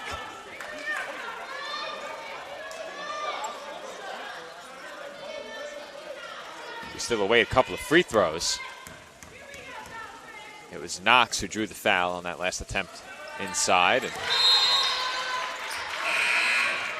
she's able to knock down one. So now it's a 7-point game. Well, as I was watching what was going on near the bench of the Purple Knights, I missed the first free throw. Yep. A lot to keep track of when you're operating the scoreboard and the replays. You're a man of all trades. Performing your duties as play-by-play commentator, but I've made it work, and we're almost to the finish. The Dolphins, who led by as many as 10, now trail by 7. Lambert is trapped. LaFaro has it. She pulls up, and that rattles out.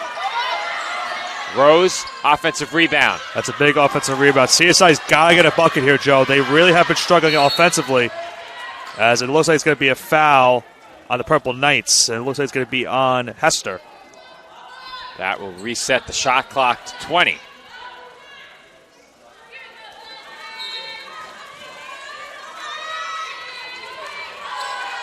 LaFaro looking for somewhere to go, has Phelan.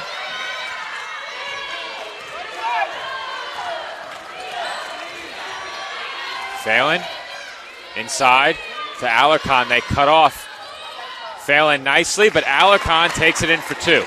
And you saw on that play, she gave it the little pump fake, got under, and got the big layup. That's a big one for CSI. 5-point game, 3:30 to go.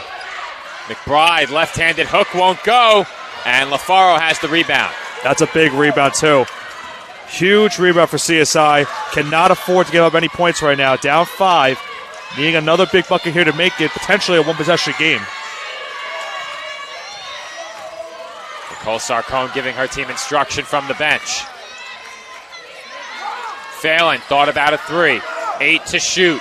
Rose back to the basket. Goes at Hester and can't finish. LaFaro swats at it. It's loose. It's shot clock violation, Joe. They never hit the rim. LaFaro is claiming it hit the rim. That definitely did not hit the rim, Joe. I didn't see any point where it may have hit the rim, unless they're trying to claim that on the attempt by Rose it hit the rim. Rose tried to throw it up and draw a foul. Did not get the foul called. Never hit the rim. Tough break for the Dolphins. It's shot clock violation going back to the Purple Knights. 2:50 to go in the fourth quarter. comes Melendez. That was Meekins, excuse me. Now Creighton in And traffic and one. Huge basket for Mackenzie Creighton. Deja vu is seeing again, Joe. Another big lead for CSI has been blown, this time from the women's team, unfortunately, and now a chance for the Purple Knights to go up by 8. Dolphins played so well for most of the first half, the majority of the third quarter, and things just spiraled out of control for a couple of minutes here in the fourth. There is still time, but the Dolphins are in a really precarious spot now, trailing by 3 possessions with 2.5 to play. And this is where you're going to have to start thinking about taking some shots very early and often because there's not much time in the game. Bridgeport is definitely going to milk some clock. 10 on the shot clock. They are guarding Phelan closely. They're not giving her any space. Rose for Alarcon. She drives into traffic, and Jenelise finishes. Alarcon with another big bucket. 17 points on the night. It's a 5-point game. Still time for CSI. Big basket for Alarcon. Here comes Creighton. She was stripped, and it is Purple Knights basketball. That's a great defensive play by Rose, though. It would have been a 2-pointer for the Purple Knights, but Rose tipped it out. It's still possession of Bridgeport with 21 on the shot clock and 1:58 to go in this fourth quarter. I thought they might give the Dolphins the ball there.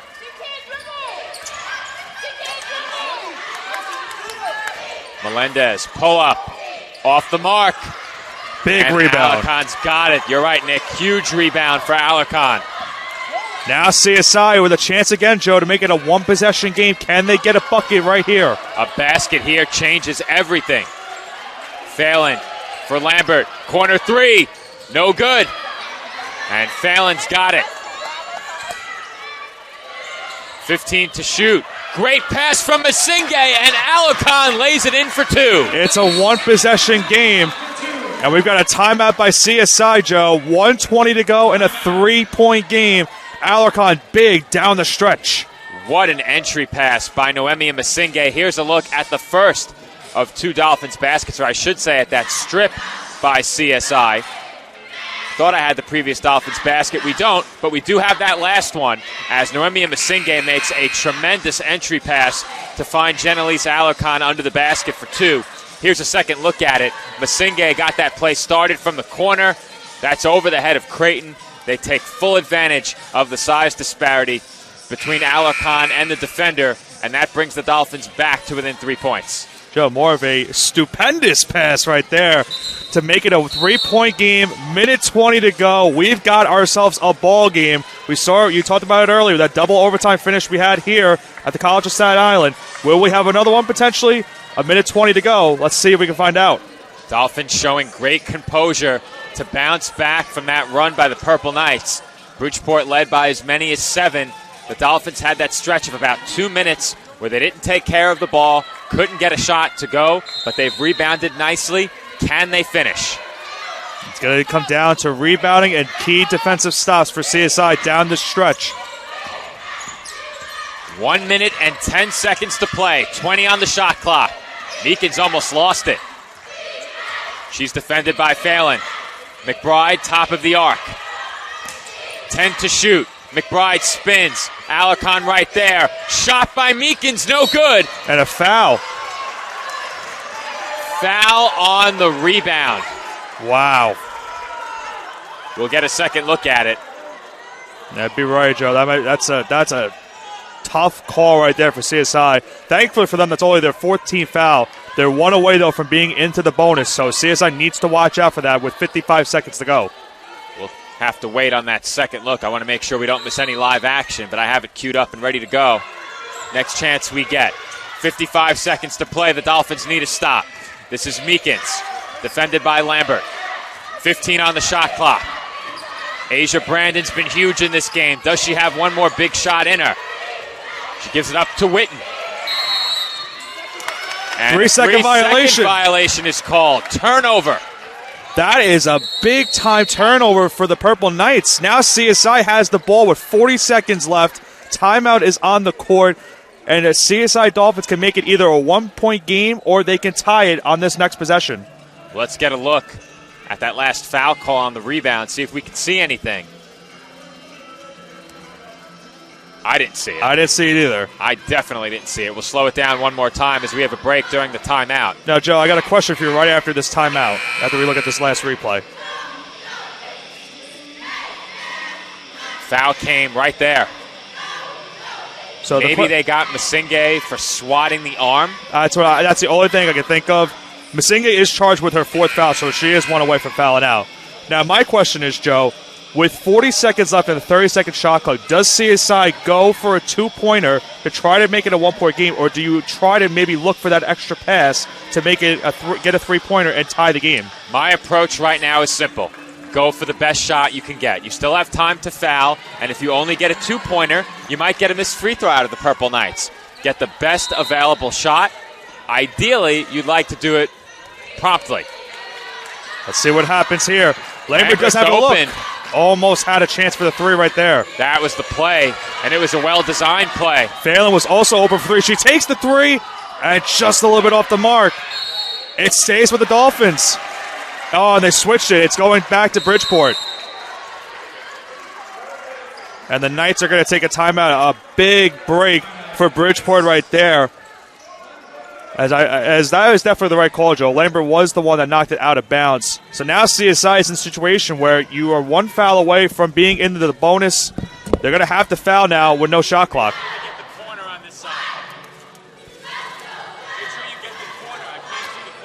26 seconds to go. 3-point lead for Bridgeport. CSI really is now in no man's land. They're going to have to start fouling, potentially hope for a turnover force right here as they try to come back into this game. Well, let's get a look at that last inbounds play. It was a well-designed play by the Dolphins. They certainly had a chance. And we'll get a look at the full sequence. To say the least. Yeah, we'll get a look at the full sequence quickly.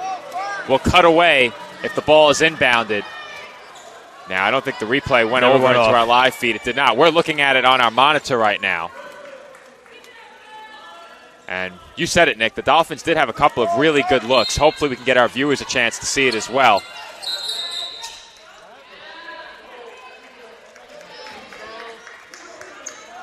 Did the Dolphins just commit a foul ahead of the inbound? I'm not sure what the call. Well, yeah. Foul on CSI. That's their 15th foul. Well, Bridgeport is into the bonus. If that foul came before the inbound,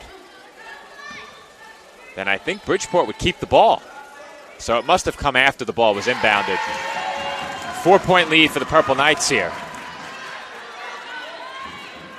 This is a tough part in the game now for CSI where you're going to have to foul because there's no shot clock.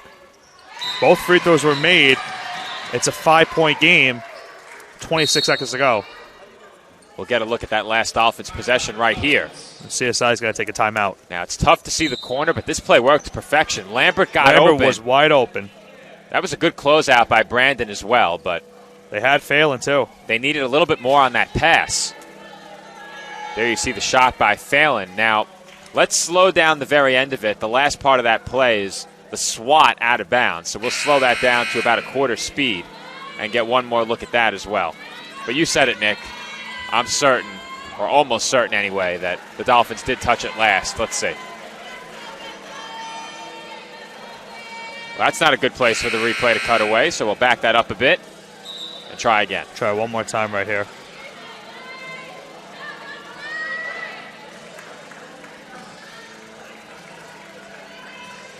That's the right call, for sure.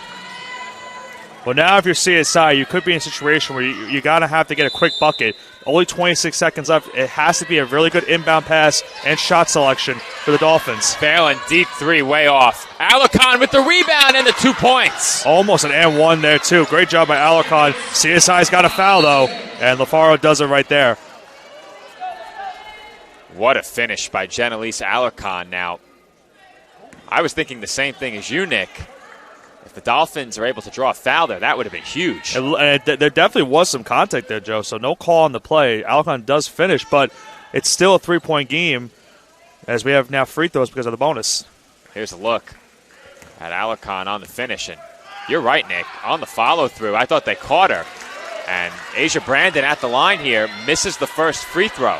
She's missed a couple of free throws here in the second half. Now the tank is getting loud, Joe, with a 3-point game. Free throw is good. 2-possession game. Dolphins are out of timeouts. CSI's got to go quick. There comes You've got to run. 15 seconds remaining. They've got to put up a shot.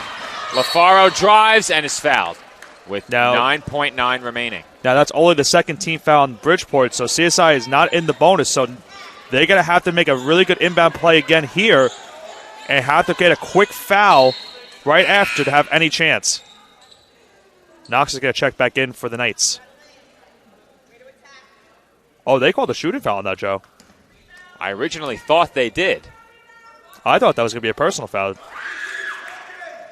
Well, now this is bigger than ever, Joe. She has to hit this last one to make it a 2-point game because it would really put pressure on the Knights to make both of their free throws.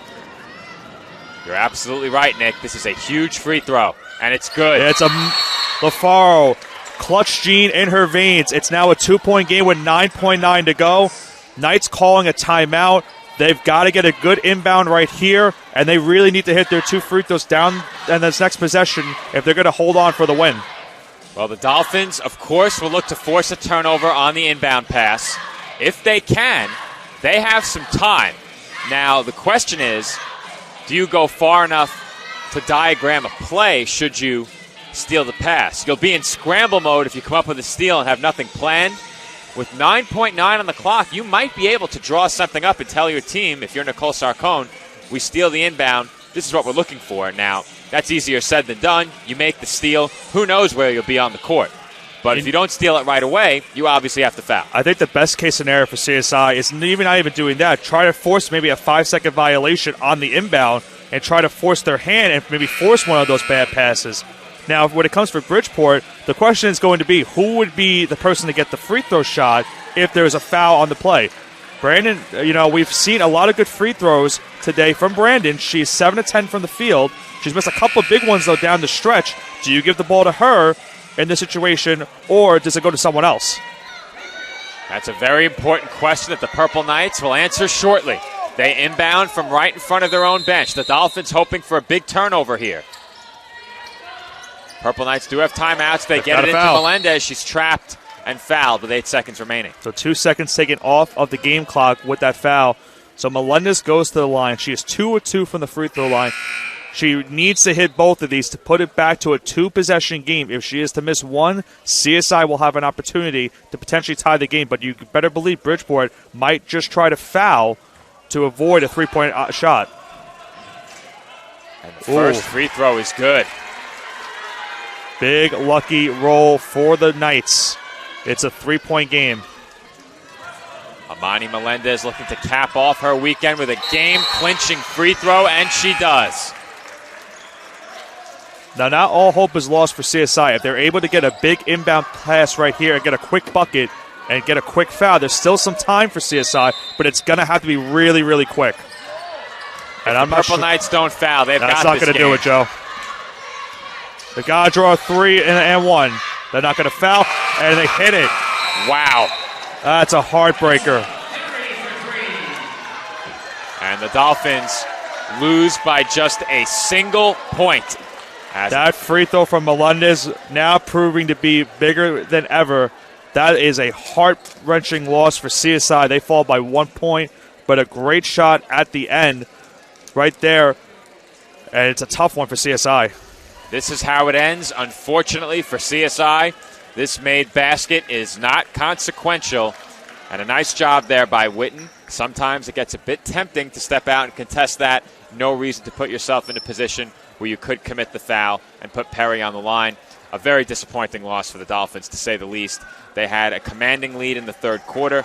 They let it get away. And credit to the Purple Knights. They opened their season 2-0, and they have a very strong effort late in this game to come from behind and pick up the win. Yeah, it just came really down to the Purple Knights got in some key turnovers forced on the Dolphins in that third quarter and in the fourth quarter. And you saw on the stat sheet, CSI finishing this game with 19 turnovers, so something they need to fix going into their next game. But really, the story of this game was the fast break points, Joe. 16-4 on the side of Bridgeport. That was a big factor into this game. They also outstole the Dolphins 8-4. So CSI really had a chance to win this game. They let it slip through their fingers, and they lose a heartbreaking game, 75-74 to the Bridgeport Purple Knights. Before we sign off, we'll take a look at some of the individual numbers from this game. Jenelise Alarcon with 21 points and 11 rebounds for the second consecutive game. Lizzie LaFaro played very well, had 10 points in the game, 5 assists. The lone blemish there, she did turn the ball over 4 times. Ashley Lambert had 13 points. She was 3 of 7 from beyond the arc. And Dana Phelan, in her second game as a Dolphin, had 14 points. She finished 4 of 9 from 3 after starting 3 of 3. That was due in part to necessity at the end of the game. She had to put up some tough shots down the stretch. But the Dolphins got some good efforts from returning players, a good effort from one of their new players, a lot of positives to take from this game. However, it is a loss on their record. The Dolphins start the season 0-2, and they have to do a better job of protecting leads. Yeah, I mean, you said it, Joe. A game in which you had a double-digit lead, you really cannot let that happen, blowing a lead like that. And CSI let it, unfortunately, happen. Some big-time interior plays for the Knights. And, we saw a lot of fouls. We saw Brandon had 7 of 10 free throws. Cannot let a player shoot 10 free throws realistically in a game because that just means you're in foul trouble most of the entire game. That's unfortunately what happened for CSI as, we got down the stretch. And unfortunately for the Dolphins, they couldn't really get some big shots when they needed it the most. We saw on that last possession they had before the three-pointer at the end, they had a couple of open looks, just weren't able to make that big pass when they needed it the most. We saw throughout the game they made some really good extra passes, but that possession they were not able to get that one needed pass, and they fall by a point here to the Knights. On the other side for the victorious Purple Knights, Asia Brandon, 14 points, Amani Melendez, 15 points, and Brianna Meekins, 13 points. Melendez and Meekins with 2 very strong games offensively, one last night and one today. Brandon, of course, with 14 points today, played extremely well. She was 7 of 10 from the line, also had 4 assists, did a good job facilitating for the Purple Knights as well. So for the University of Bridgeport, they start the season 2-0. The Dolphins fall to 0-2. And you will hear from us again here on CSI Sportsnet in 1 week's time as the Dolphins will be back on their home floor against East Stroudsburg University next Saturday. So 6 days away, the Dolphins' next home game. And, of course, Nick and I want to thank everyone who has tuned in all weekend long for our Men's Basketball Tournament of Heroes and the CSI Women's Basketball Conference Challenge, especially the fans who may be tuning into one of our broadcasts for the last time here today. Fans of the Purple Knights, of course, fans of the Ravens, the Tigers, and all of the men's basketball teams who visited. We thank all of them for watching as well. But until next weekend, this has been Joe Foreman, and for my broadcast partner, Nick Bavona, and all of us here at the College of Staten Island, we thank you for watching. Dolphins fall by just 1 point. Purple Knights 75, CSI 74. Our next broadcast on Saturday against East Stroudsburg University. Women's basketball back on their home floor. Everyone, enjoy the rest of your Sunday.